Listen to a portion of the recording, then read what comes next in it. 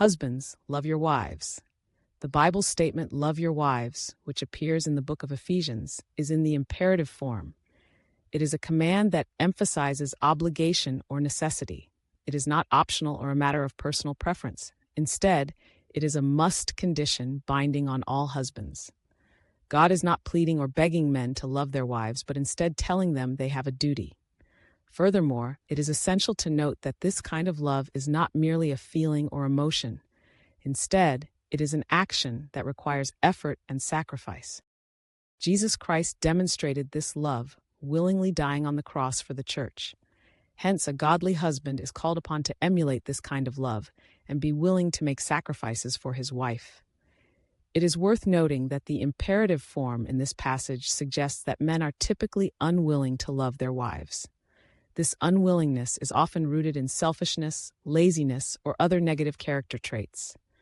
However, God mocks this kind of slackening behavior and calls upon men to rise above their selfish tendencies and love their wives with the type of selfless love that Jesus demonstrated. Men must love their wives. This love is not a mere suggestion or a matter of personal preference, but a binding duty that requires effort, sacrifice, and selflessness. Wives, submit to your husbands as the church is subject to Jesus Christ. Paul writes to Ephesians, saying, "Therefore, as the church is subject unto Christ, so let the wives be to their husbands in everything." See 5, v24 KJV. Our planet, the Adamic universe, especially this sinfully duplicated universe, is under three kingdoms: Lucifer's, Satan's, humans, and God's kingdoms. In the world of living beings, the classification of various kingdoms depends on their characteristics and complexities. Each kingdom has a unique hierarchical order, and characteristic operations define its existence. Similarly, in the school of life, students must follow a well-defined roadmap to reach their desired goals and achievements.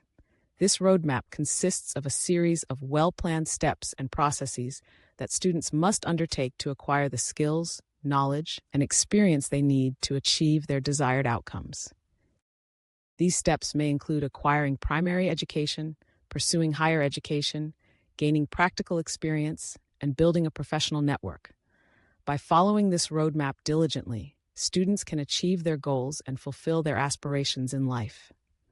Climbing the ladder of success is a journey that requires both individual effort and support from others. Indeed, we can only make it to the top of the ladder by starting at the bottom and putting in the hard work and dedication required to climb each rung. However, even with the support of others, it is possible to stay at the top all by ourselves. We need the help of those around us to maintain our position and continue to grow. Therefore, success combines individual effort and the support of the community around us.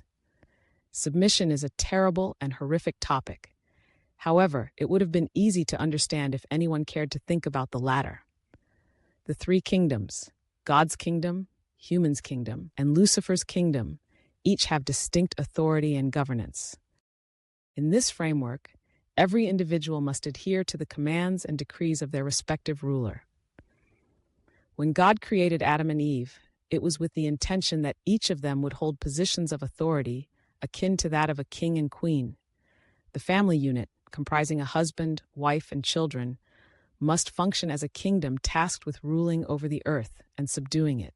The passage discusses the biblical mandate for husbands to love their wives as Christ loved the church, and for wives to submit to their husbands as the church submits to Christ.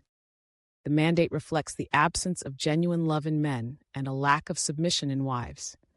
St. Paul observed men showing signs of infidelity due to their failure to love, while wives did not submit to their husbands, holding themselves in higher regard.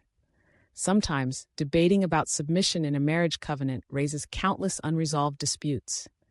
An ample paradigm is one God, the exemplification of Adam plus Eve equaling one human, Adam.